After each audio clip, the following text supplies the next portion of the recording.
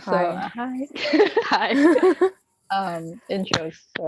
Hi, I'm Natalie Chao. I'm wearing a gray T-shirt. I'm Chinese, sitting in my living room on my white couch against the mint green background, Um, and and you calling in from Hong directed Kong. Sorry. and you directed To Know Her. Yes, I directed To Know Her, which is playing at the 2021 Sundance Film Festival. Hi, I am Cheryl Chow.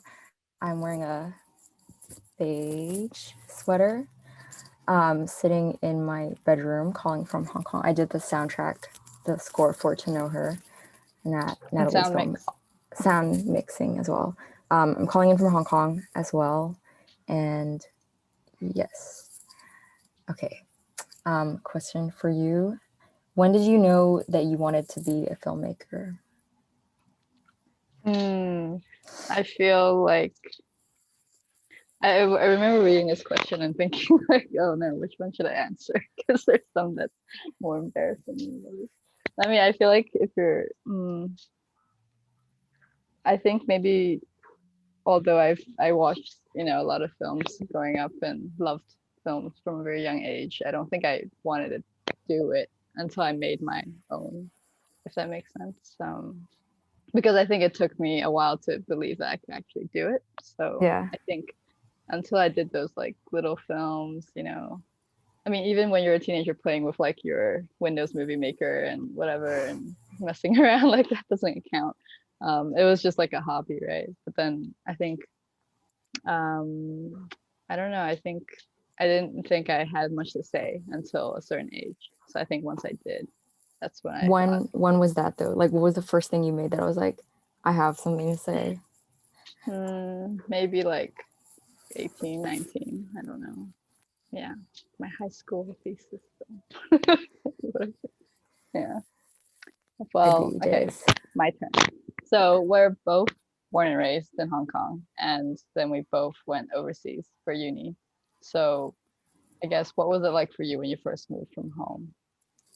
I think I was expecting to be really homesick, but I actually felt super liberated when I moved away from Hong Kong. And I look back at that as kind of a naive and simplistic feeling. But at the time, I felt really liberated because I wanted to be in the arts. And I felt like in Hong Kong, um, the mindset is more traditional and I wasn't really encouraged to do the arts because of practicality and money reasons.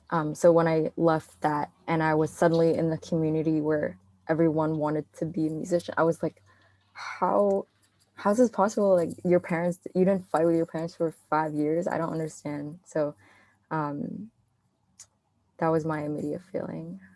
What about yours? Um, I mean, I think similar, but not in the sense that, I was lucky that going to like film school, I was very supported by my dad. And so for me, I think it was more convincing myself that it was worth it and I wasn't just blowing away his money doing something I, yeah, liked. And the whole like doing something that you like is such a weird concept here. It's not about what you like, right?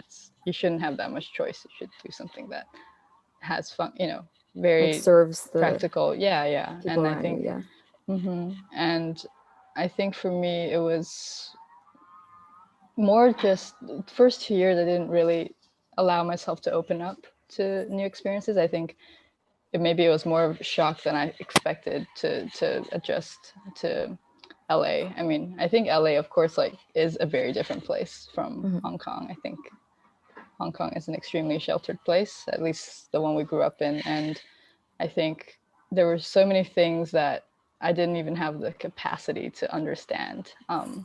Despite like thinking I speak English, I watch American TV shows, I should be good. Like I remember yeah. thinking, I'll adjust pretty quickly, but absolutely not. I mean, you're talking about an entire history and culture that you have to like slowly learn the vocabulary to. So I think for me, it took 2 years for me to finally like really meet people and share and understand, and it took a while of just like absorbing. What do And you yeah. think? I mean, you kind of just covered this ish, but Hmm. what were you like in college? Like, how do you think you grew Mm, personality wise or outlook wise?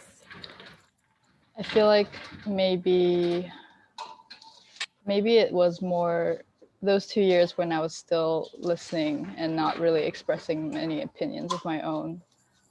I think that was really important. It's like incubation, right? And then I think by maybe junior year, that's when I made a switch because I was originally studying film on an academic way, like not necessarily in production. Mm, Because back then I didn't think I had what it took to make films. And that's not to say that that's, so I was very comfortable writing about film and intellectually engaging with film. But I think once I switched in, I had to be introduced into a new environment of like knowing how to work around people, communicate with people, do a lot of things that were practical and sort of like, using your hands, understanding camera, like all the things suddenly became so concrete and right. physical. And I think that just forced me out of my comfort zone so much, that it changed a lot about my personality, my character, yeah, everything. Like, would So you say you became more of an external person? yeah, like I don't Or want to say like I became more extroverted, but in these situations you really have to be because you have to now lead departments or you have to work under. yeah, There's a lot of like different dynamics and power play that yeah, comes now.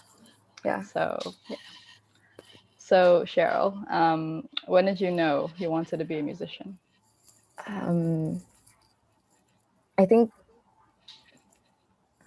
I didn't grow up in like a musical household, but I was always really drawn to music. Like I had a CD player in my room, and I always knew that it was special to me. Mm. But growing up, I always thought I was going to be a composer because I had always been really shy, and I think I've kind of grown out of that a little. I used to be really, really, really shy. Like I would at school, I would refuse to even go back. Like if I was at the cafeteria and I forgot to get a fork or something, I would just like I would be in agony for like an hour because I didn't want to walk in front of everyone.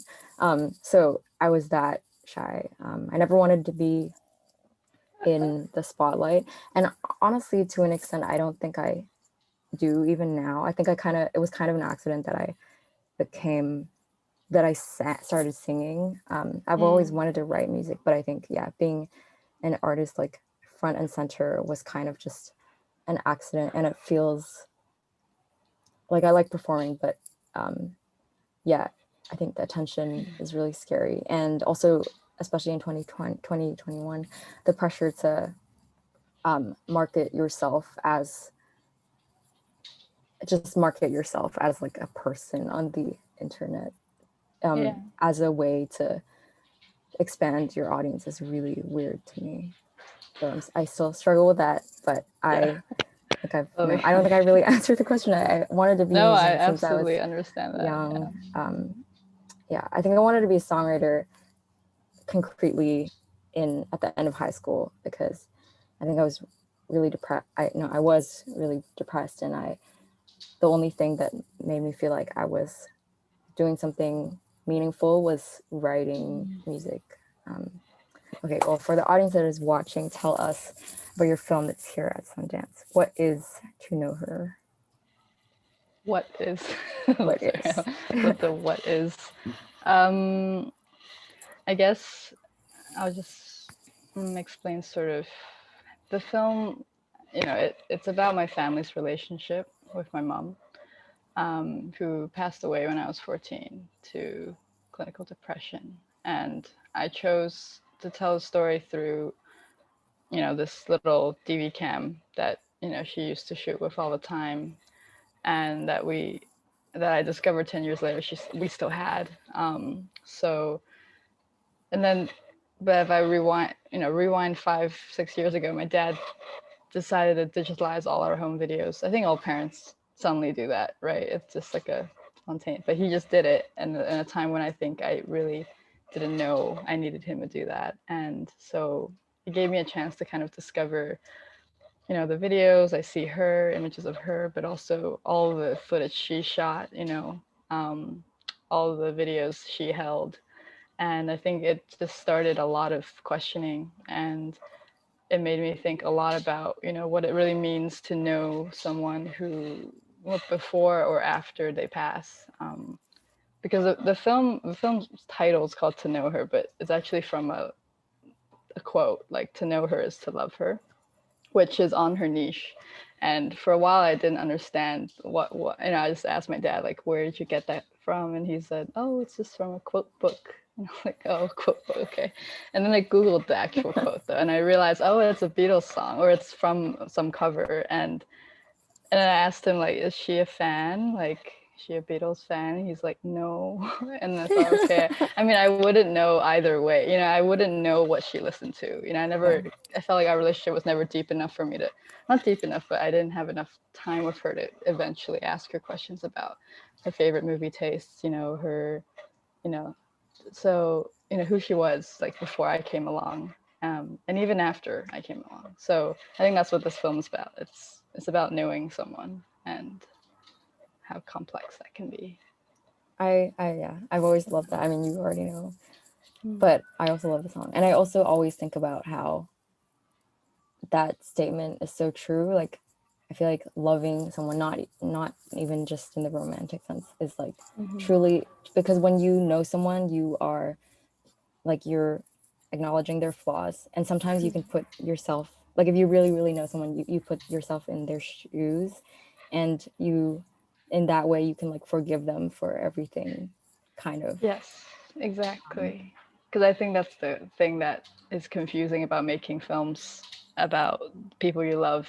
It's not always about just not celebrating them or memorializing them. It's also Yeah. asking questions where you don't understand them and you're angry at them. There's like a lot of different things. Yeah. So, yeah. Yeah. So, okay, my turn. So, how would you describe the score of this film? What inspired you?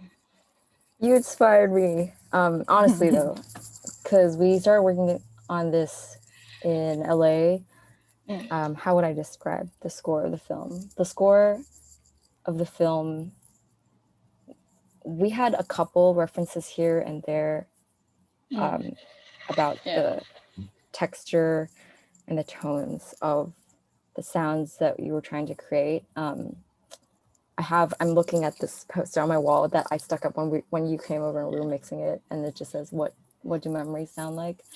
And I guess memory, as a very, very vague, abstract thing, inspired me, which is such a cop out answer, but just distance inspired me. We were just trying to create space and time, which is essentially what your film is about. Like, what separates us between other, what was it? What separates us other than space and time?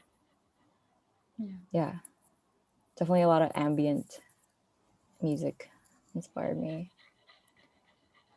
It was insane how I remember the first cut, and not this current one, but like maybe the one from a year ago when I was first reaching out to you. I remember just sending you maybe two different references. I'm not sure, and like a few days later, you came back with something that was entirely its own, but exactly kind of the texture I needed. And it's just, I don't know. I remember back then I was already like, I have to ask you how you do this. Like, now that I kind of have an opportunity, I want to, like, in the sense of when I send you something, I don't know, what do you look for in that, you know, piece that allows you to kind of generate your own composition?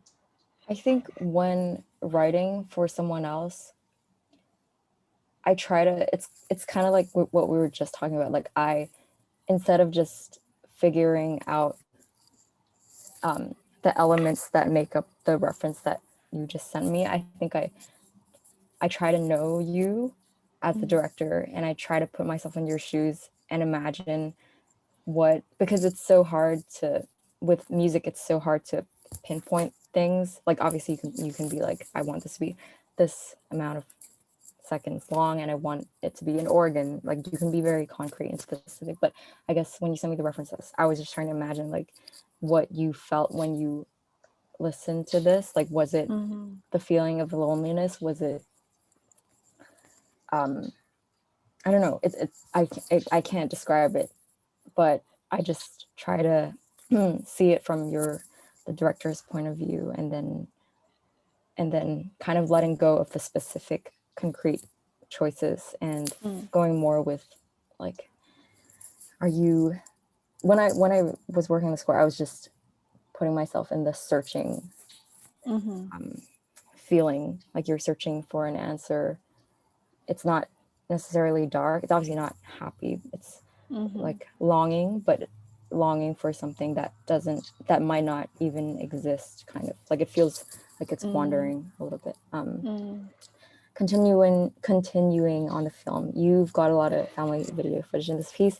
How many hours did you take to sort through everything? Oh wow. It's hard to count in the sense that when I make these films, it's not like I have a very strict timeline, if that makes sense. Like I wouldn't be like 2018, I'm gonna make To Know Her, or 2019, whatever. And It's I'm like, sure it's so emotional, you can't just sit down and like log all the footage and like no, exactly. compartmentalize. So it wasn't an intentional sorting through, if that makes sense. I Yeah. think I almost went back to these videos almost like a monthly ritual. Yeah. It differs year to year. So when I first got them in like 2016, I think maybe I took a huge plunge into it and just watched everything. But back then it wasn't for, I didn't have any intention to use it as, the basis of any film or whatever. I just sort of did it for myself or whatever my emotional needs were at the time. Yeah. And then after, making that first film, I sort of took a break and didn't look at them much. So, I think there's 20 to 30 hours of footage, maybe. I'm not sure. Around, Wow. maybe less. Was If I that have too was much. that between like how, what's the span of those home videos? From basically when I was born, like 95 till 2007, I want to say. Like, so yeah, because it's like both VHS and DV cam. So Right. DV cam is like my sister's born, like Stephanie, who's like 7 years younger. But the VHS stuff is like her wedding video. I guess that Yeah. stretches it back before 95 then. But there was the wedding video and then me being born. And then, yeah, I'm sure there's more stuff I haven't even seen yet. But I think, you know, it's it's interesting though, because I'm thinking now, like, should I archive them? Like, should I have a systematic like table Probably. where I can break it down and maybe, I don't know. Do you think But you're gonna make another film with this footage?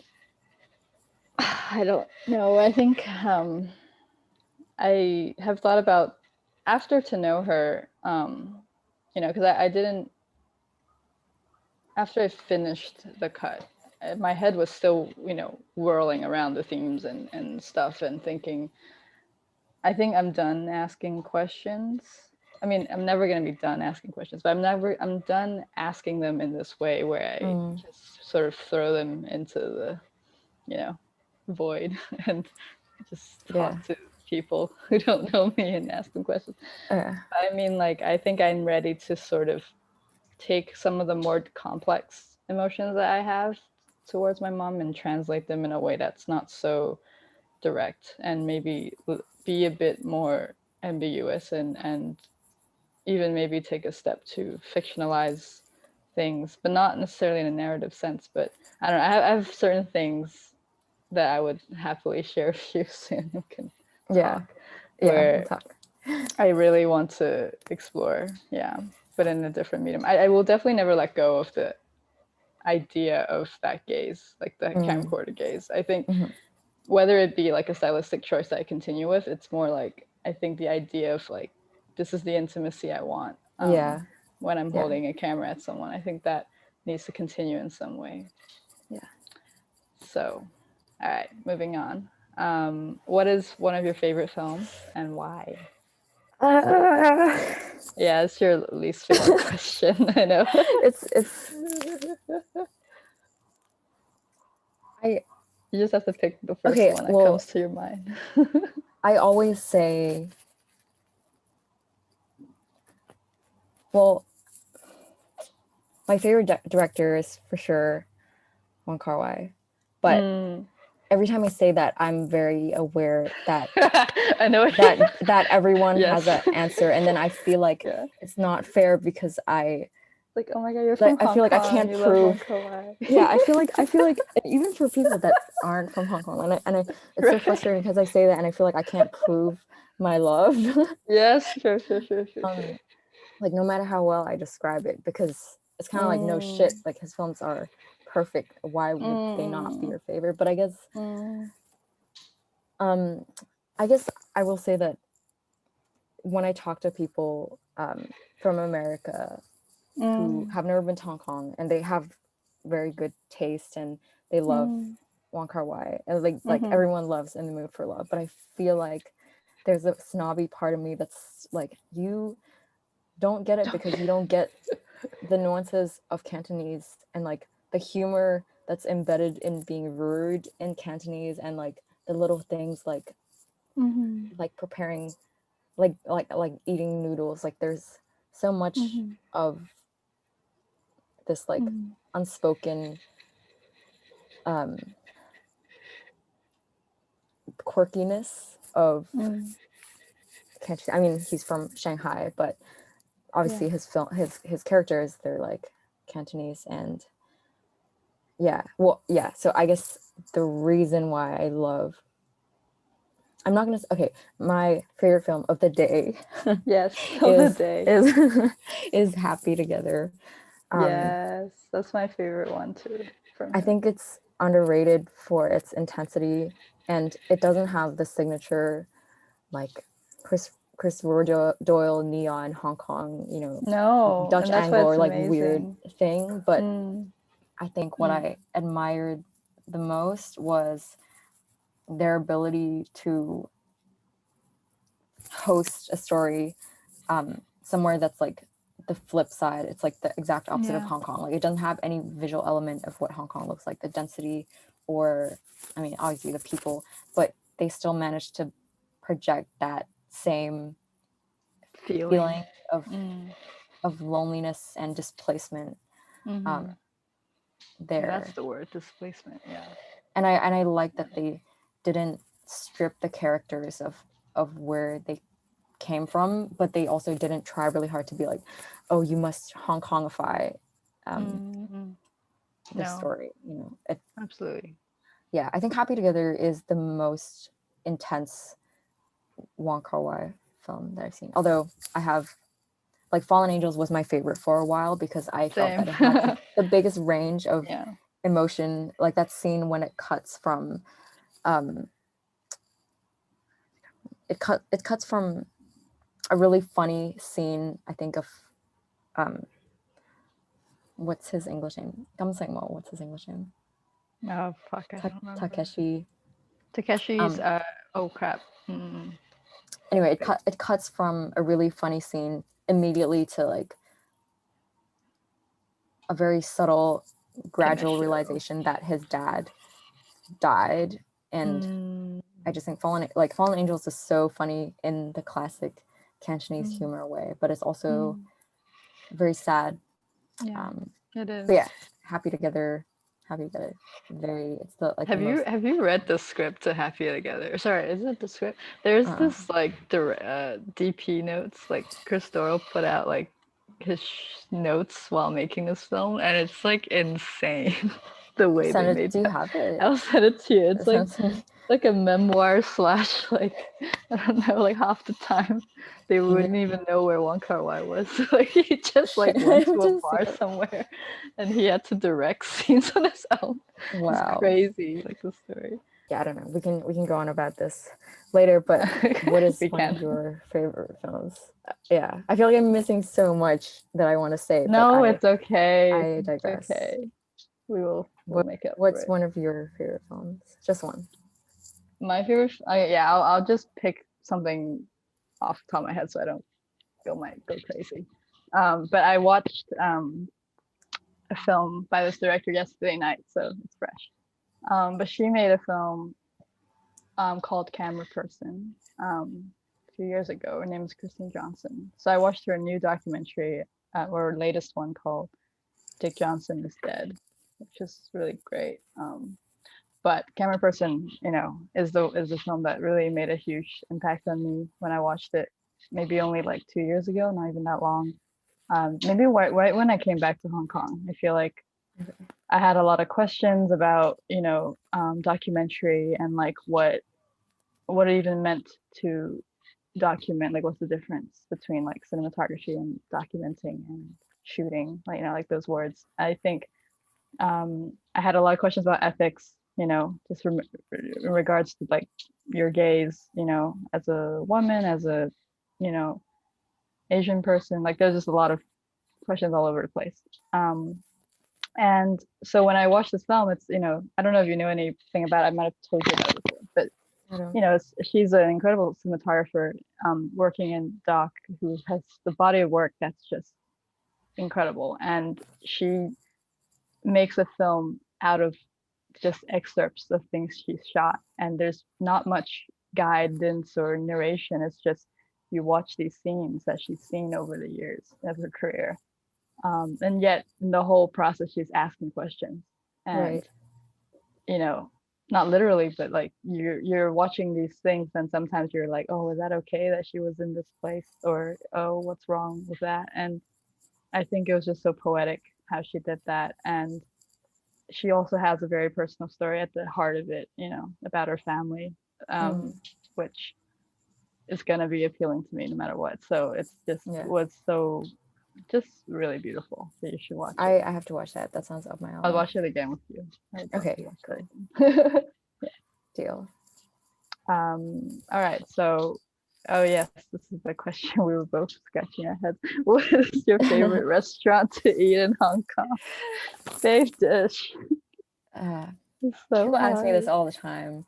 Yeah, what do you say to people? Actually, I don't know. I always tell them to go eat Japanese food. It's just like you can get everything in Hong Kong. So growing up, I never had like a favorite dish. Honestly, one of my favorite things to eat when I'm back in Hong Kong is McDonald's, because the menu figure is amazing, and I love it is pretty good. The Mech wings, shake fries, so good. And also it definitely has a nostalgic element for me, because McDonald's fast food culture in Hong Kong, I think in Asia it's like it's very different to in America. You see old people there, you see kids there, and they're having their happy meal with their grandparents. It's like that scene in Yi Yi, and kids just sitting down eating McDonald's. It's so cute, and I felt like that kid when I was young. I was very excited for Happy Meals and so it's a ritual, right? Because my family only let us eat McDonald's like once a week, or my grandma, on the other hand, like bought me a fish o fillet every few days. So I'm never eating. I can't eat that anymore because it makes me. Yeah, I'm sure. Feel sick of it. So is that your final answer, McDonald's? I don't want to say that. I'm gonna get slammed by. It's okay. The food critics. I don't know. I don't have a favorite restaurant. Do you? I mean, that's a problem. It's like the film question. It's like Hong Kong is so rich in its cuisine choices that when I'm not joking when I say I tell people to eat Japanese food, because I don't know why. Like Hong Kong people are obsessed with Japanese food. Yeah, and like Japanese culture. So I feel bad. I'm not saying a Cantonese dish, but like there's so many ramen spots, and but the other day I had a huge craving. Again, this is also not a Cantonese dish, but like for like Hainan chicken. Yeah. And there's this really great place on Victory Street in Mong Kok that I always go to with my dad. Take me. Yeah, but I mean that's just the thing that popped in my head. I'd say when I'm not in Hong Kong, I for sure crave really good char siu fan. Like what's that in English? Pork. Is it belly? No, it's like charred grilled pork with like rice, egg, and little kale on the side. Yeah, I guess that's very Hong Kong. It's the sauce. Yeah.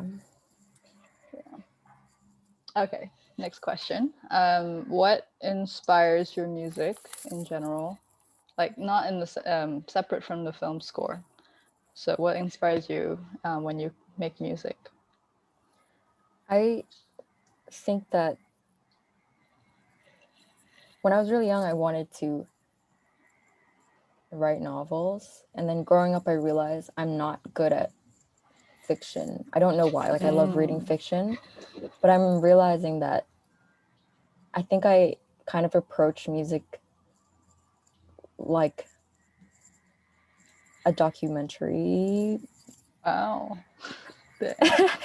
Like, okay, that I love sounded it. really Please pretentious, elaborate.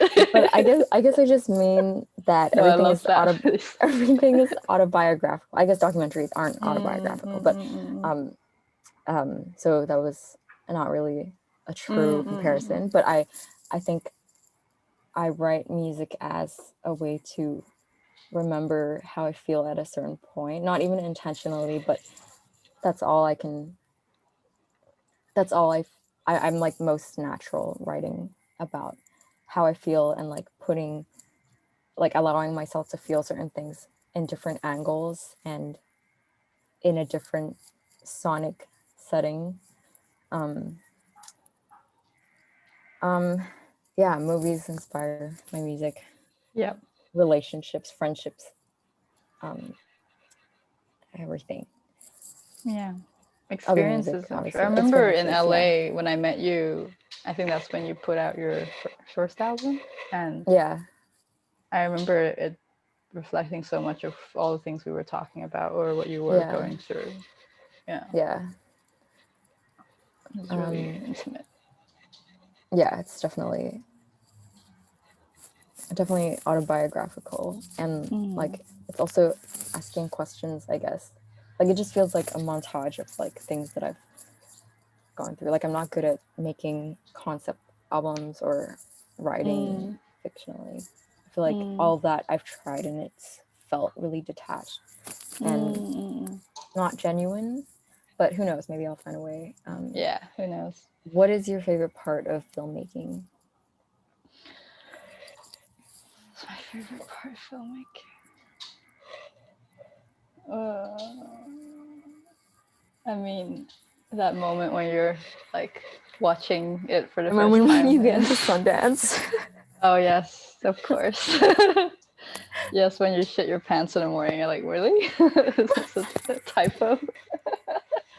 I think definitely, sharing. I think that moment you get to sit down with people you love and just watch something that you've made.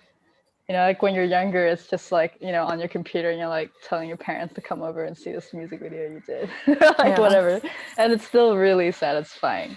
Yeah. But when you're older, it's like seeing a production completed, and just sharing that experience with people. And this is why, it's so important to be in a space with people, at least in relation to film, because you really want to hear the kind of silence, you're not even just like you don't want applause, you actually want silence. You want people to be at the end just like Thinking, thinking what they watched, and you sitting kind with of what they just watched. and you feel the whole room doing that with you, and you feel like you've shared something so intimate together. I feel like, I feel like, well, I haven't had that much experience with like being on set, but when we were editing the audio, I was so moved by the moment. There was one moment, remember when we were just deciding whether like this wind foley should be 1 millisecond longer or shorter, Yeah. and we just went back and forth like, does this, and it's I've been thinking about that a lot since that moment, because how crazy is it that how crazy it is that it makes a difference, and how crazy it is that it is impossible to describe why one feels better than the other, and Exactly. Yeah. how crazy is it that there's rhythm in non-musical time, and like that has such a strong emotional effect, I like totally something like agree. one Yeah. millisecond. And I think like Yeah.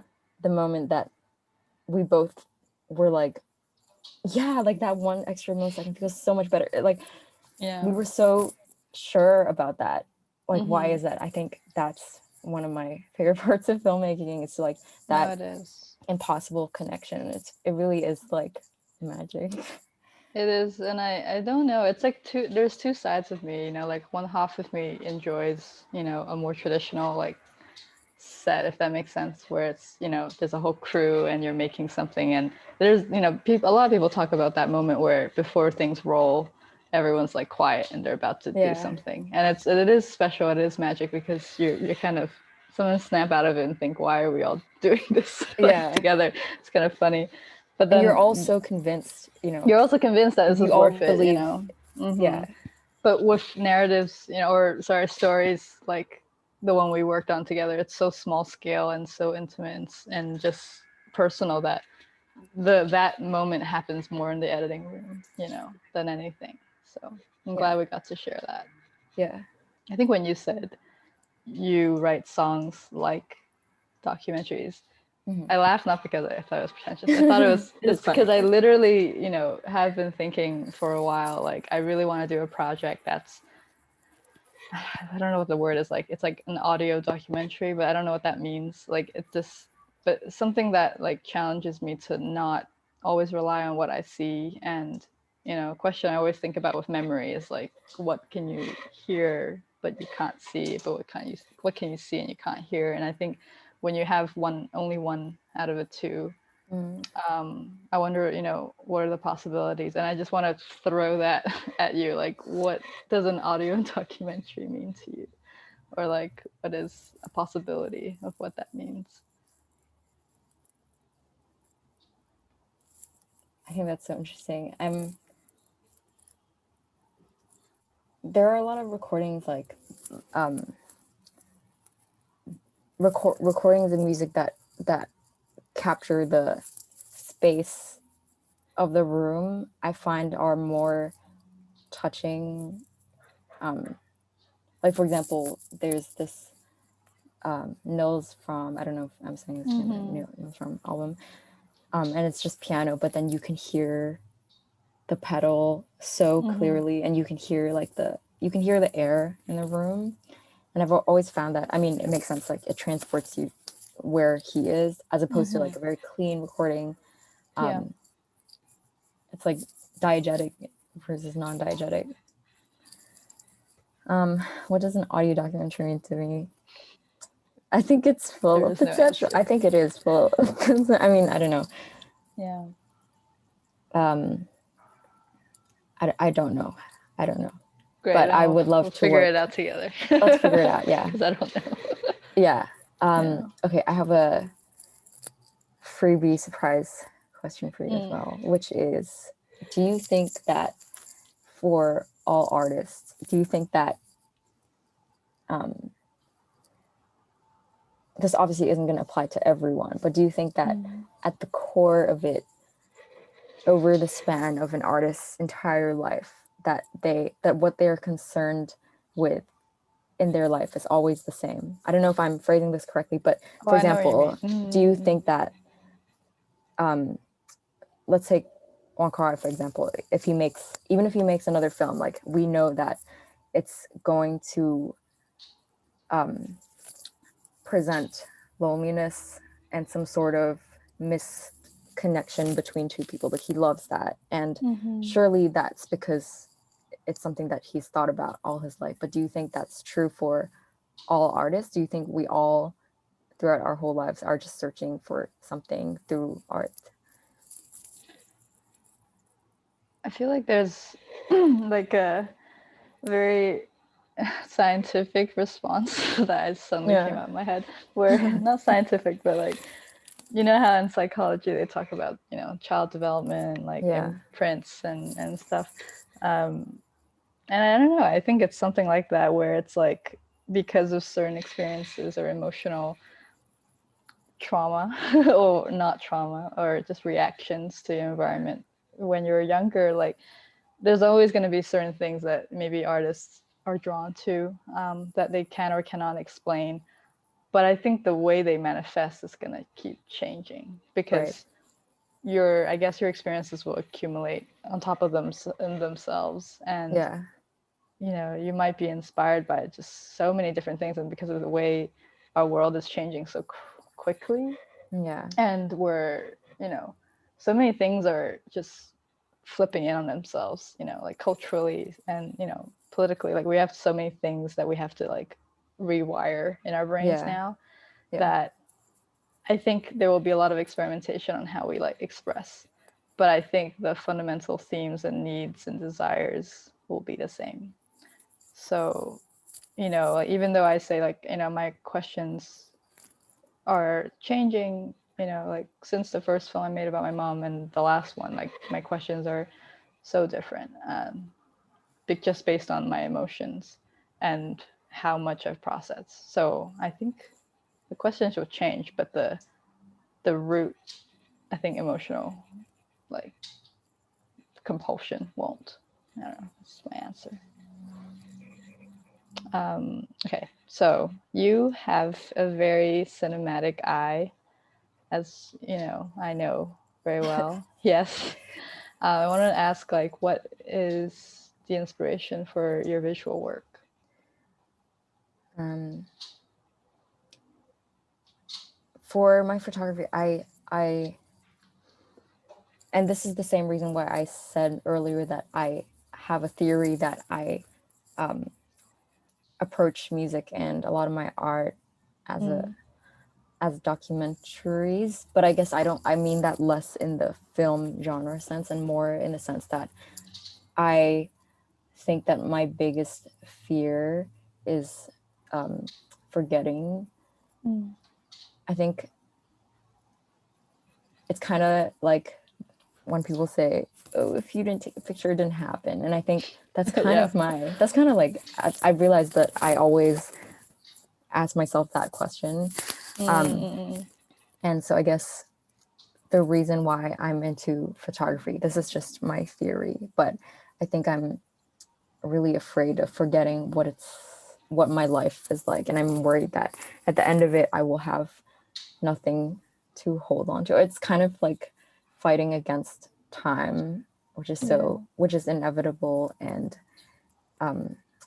like in a very deterministic way. Everything's No, gonna I end, get and it. Yeah. I think my yeah. Okay, I having grown up do. in sorry. Our funerals, though, I imagine our like funerals, and like where everyone just has a shit ton of footage and video. It's like too much to sort through. It's gonna be Yeah, insane. yeah, we have to log it before we die. Um, morbid. Yeah. Having grown up in Hong Kong, how does that experience inform you as a filmmaker? Hmm. A fun one. I mean, I think when I left, I didn't think about that at all, or I didn't know how to. I wouldn't know how to answer it.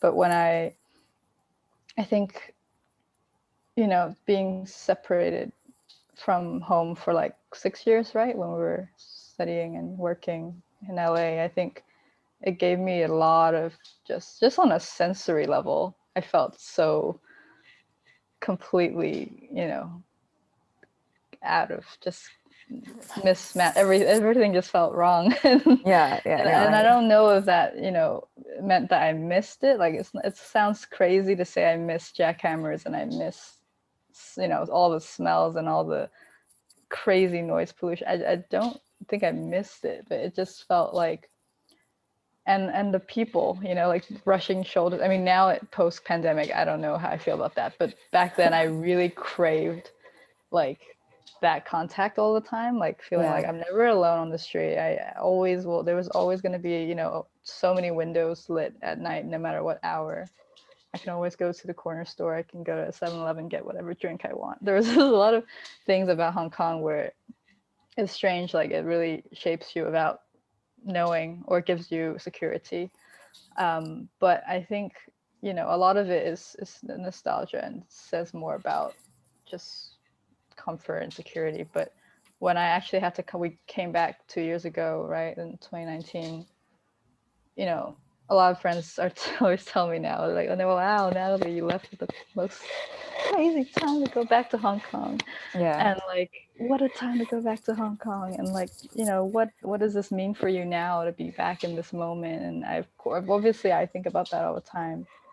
But I think it's still going to take me years to unpack what Hong Kong means to me and what we've been through, not just the last 2 years, but like our whole lives, like what this place has no supposed fixed identity, right? Yeah. I mean, and that's always been its character, and that's why it's always been so unique, and that's why our story is so strangely universal in a way. I think a lot of people look at Hong Kong because they see something kind of, you know, reminds them of them, but it's not at all the same story. It's strange. Like I still have to figure out, why,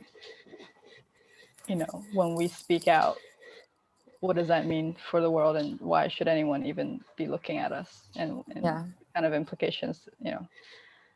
But anyway, I don't want to go into rant about politics. It's just more just in general, like culturally speaking. I We'll think, do that. We'll do that we later. have a very unique experience growing up of contradictions and, a lot of contradictions. Mm.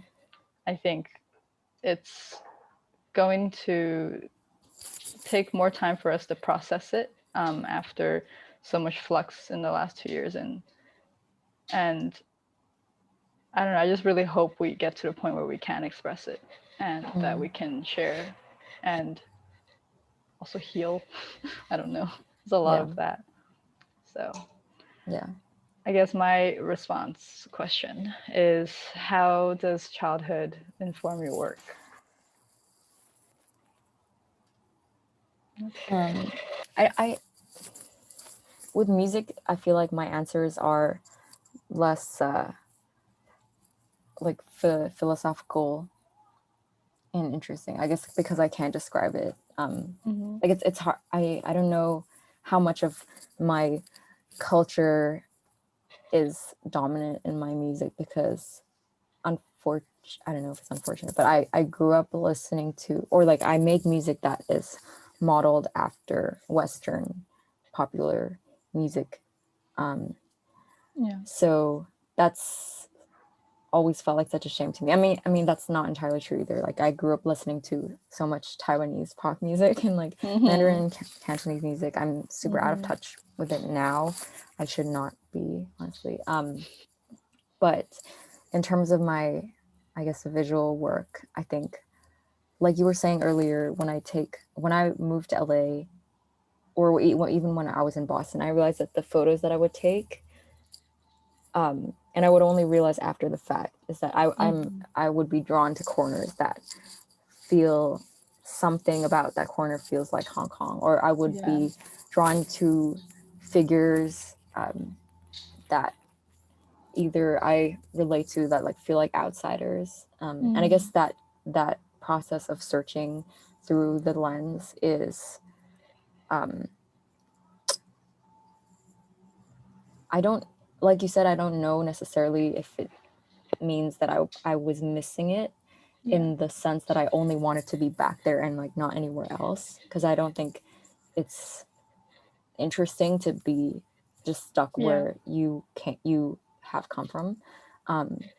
But I think that when I was in America, I felt, I realized that I was very assimilated, Mm. and it felt like I had sacrificed Mm.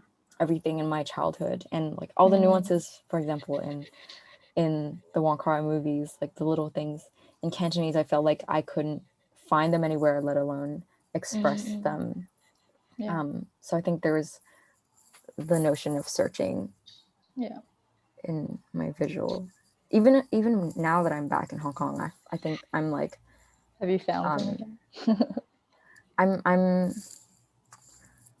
I don't know. I think I really want to document and like not let myself forget the little things about Hong Kong. Mm. Like before Mm. I moved away from Hong Kong, I would take Yeah. very boring film pictures of like nice things. Like I just wanted to take photos that like had a nice composition. But now that I'm back Yeah.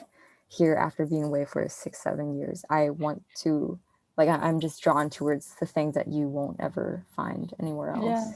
absolutely. I see that. And they're very, very small things. They're like the old woman in the street corner selling stickers. Like they're very specific. And she's The like yeah, I saw you post wearing a the other cap. day. And she's Yeah, like wearing a cap that says basic or something. yeah, And it's amazing. yeah. It's like There was a it's really like little beautiful one accidents. you posted of like I think it's probably like 5 or 4 p.m. and the light Yeah. it was straight. I was like just silhouettes. Like there's a Yeah. very harsh shadow in Hong Kong and light Yeah. that only is unique to here because of the The buildings buildings. Yeah. and little valleys of buildings you have. And what makes it more beautiful is I think like everyone here takes it for granted. Like no one stops to look at No it, and one so everyone cares. just walks through it. And You're the only and one on the street. yeah, taking and when that. you look at everyone, it just I don't know. It's amazing. Like I love that people aren't like making a big deal out of. I mean, why would they? It's just light. Exactly. Okay, one in production. What's your comfort food to get throughout the day? Get through the day. Oh, fun. I mean, I think. You mean get through a day? I guess when you're stressed and you Oh, when I stress because I feel oh no. I mean, stress eating on set is terrible because you just eat the worst things. So it's not comfort food. Okay, something I never understood in the US is everyone goes nuts for those like fruit gummies, the Welch's. I don't know why. I don't know, I just want to say I don't really understand. Like, but that I think that for a lot of people is very comforting. But I think for really? I've me, never heard of it. yeah, no, it's everyone goes nuts. In the States, what did I eat? God, I'm like terrible. When I'm stressed on set, I just don't eat, which is very, very bad. I like forget to drink water. But I think I would love some Pocky or Pretz. I don't know, like Yes. anytime. I had this DP that I used to AC'd for, and he always got us boba in the middle of the day, which was really nice. I mean, he's Taiwanese, and he would just like That's order nice. at like always around like the 5 o'clock time when everyone's a bit tired, and you suddenly get like Sugar. boba appearing. It's a very nice thing. Yeah, it means a lot. Okay, next question. How do you stay connected to your artist community? The short answer is Instagram. The long answer is I didn't really feel a community until, well, obviously when I was at music school, everyone around that was my community. I didn't make any effort to stay connected with them in particular. We were just friends. You were just friends with the people that you were friends with. And then when I went to LA, there was a community, like all my friends were writing music, and I loved that so much. I think that really pushed me to feel bad about myself when I wasn't. It just made me ask myself, are you writing today? If you're not writing today, why would you call yourself a writer? Yeah. And coming back from Hong Kong, that's one of the things that I was scared of losing, that I would kind of lose motivation. And when you don't have a community, Accountability. Accountability, and also validation. Like here, there's no one Very little validation. there's no one to tell you what you're doing is important Right. or good enough, or there's no support. Obviously I do have friends here that are doing art, and so I try really hard to stick to them and like try to create projects and work with each other so that we can do all of the above, like validate each other. Obviously not just about validation, but like be experimental and just push each other to do things.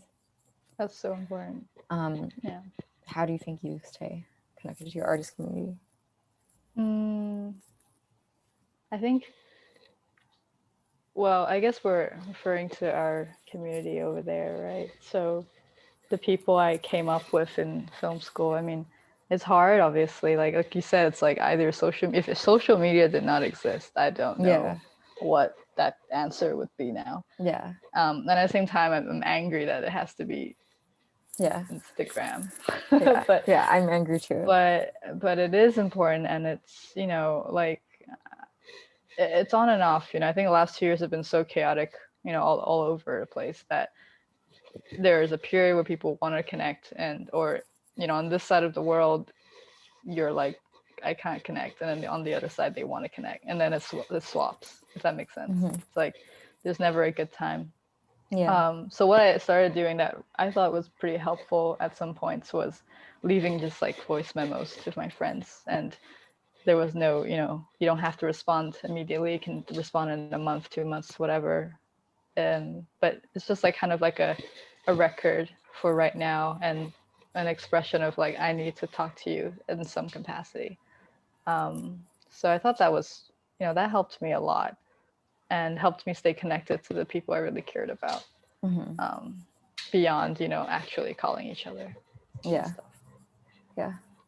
I've been starting to But do that more too.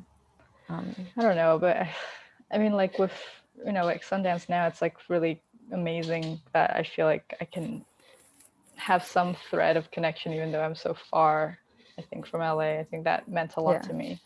Yeah. And, like the program that I'm in with them now, like the Ignite program, it helped a lot as well, because I think it came at a time where I was having a lot of self-doubt.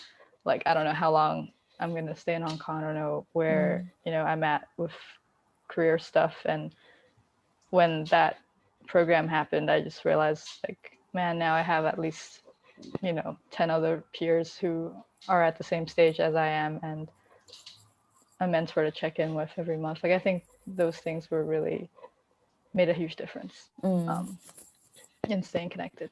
Yeah. What do you look forward to this year? What's next for you? I am looking for.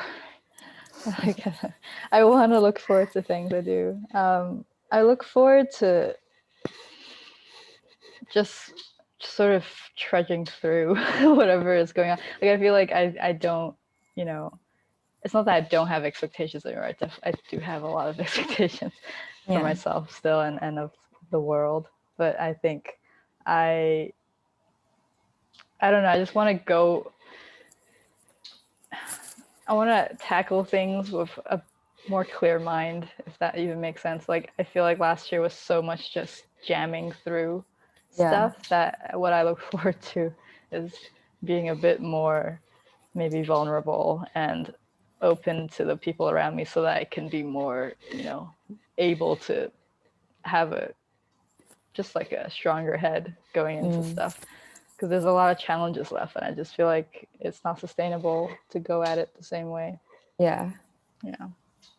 And yeah, what's yours? What is your looking forward to in 2021? I think, like What's you, I next mean, for you? I think the majority of the world probably gave up on like having New Year resolutions, because I think everyone's just trying to I'm so just trying scared to to make hold on and be okay. I am looking forward to getting the vaccine. I'm excited. Well, I mean, who fucking knows? But I look forward to just working more with friends on projects. I want to let's make more stuff. Yeah. I look and like forward to holding your artist friends accountable. that. Yeah. And yourself, yeah. It's really important. If you could describe me in one word, what would you use? What word would you use?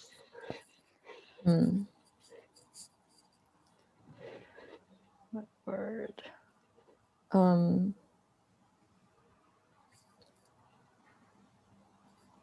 What is the more intense version of thoughtful? I think I don't know. Can thesaurus that. What is the adjective of ruminating? Ruminator. I don't know. Ruminating adjective. Whatever that is, ruminative. I think you were very pensive. Yes. Wow. Yeah, I'll take that. But I don't think rumination is a very good thing sometimes. Or I mean it in a good way. I think yeah. I think when you think about something, you go in the rabbit hole and you Mm-mm. like you sprawl out all the angles, and Yeah. I've always Right. admired that about you. Thank you. If you could describe me in one word, what word would you use? I would say, I think soulful. I was gonna say soul feeding because because that's how I feel when I'm with you. But then you're also a very soulful person. So I don't know. Yeah, that's my word. I would say that about you too. Maybe I'll change mine. Yeah, you can't. No, you can't take that back. Yeah, I think Okay, that's it though for that's us. it. No more questions. No more. I will see you soon, Natalie, Yeah, and never again, everyone else. No, I'm kidding. I'll see you very soon. See you on Yeah, Saturday. I'll see you soon. True, I'll see you Saturday. Bye. Bye.